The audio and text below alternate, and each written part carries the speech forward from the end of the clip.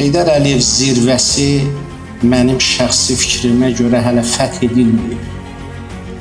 Və mən düşünürəm ki, Heydər Əliyev haqqında hələ deyilməli olan çoxlu fikirlər də deyilməyib.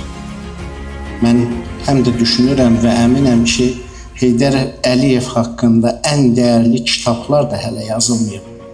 Biz bir universitet olaraq Ulu Öndər irsini daha dərindən araşdırmalı və onun irsinə layiq əsərlər ortaya qoymalıyıq.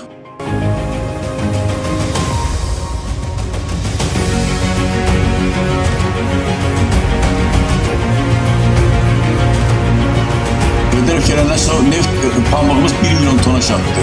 20 bin tondan 2 milyon tona kadar kalktı. Bu sadece rəqəmlər deyil. Azərbaycan xalqı tanrına həmişə inanır, güvənir və bilir ki, ağır və vəziyyətdən həmişə köməyinə gəlməyə razıdır. Azərbaycan o qədər inkişaf etdi ki, öz xərclərini də ödəməyə başladı və eyni zamanda o Ümumi İttifaq Fonduna vəsait keçirməyə qadir oldu.